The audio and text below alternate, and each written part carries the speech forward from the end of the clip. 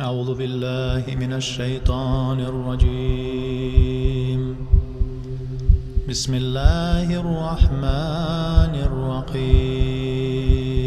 Не может считаться ученым человек даже с очень большими знаниями, с очень большим багажом знаний, но придерживающийся искаженного вероучения.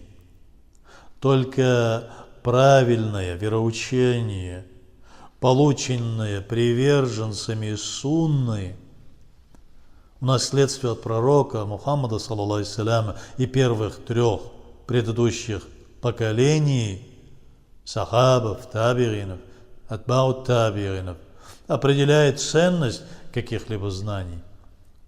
Главы всех остальных 72 направлений, групп и общин также обладали комплексом знаний, достаточных знаний, но беда их в том, что они, не следуя согласованному мнению предыдущих поколений муджтахидов, не смогли отличить верный путь от заблуждения, от искаженного пути и сбились с пути пророка Мухаммада, саллаллаху алейхи ва саллям, и с пути праведных предшественников.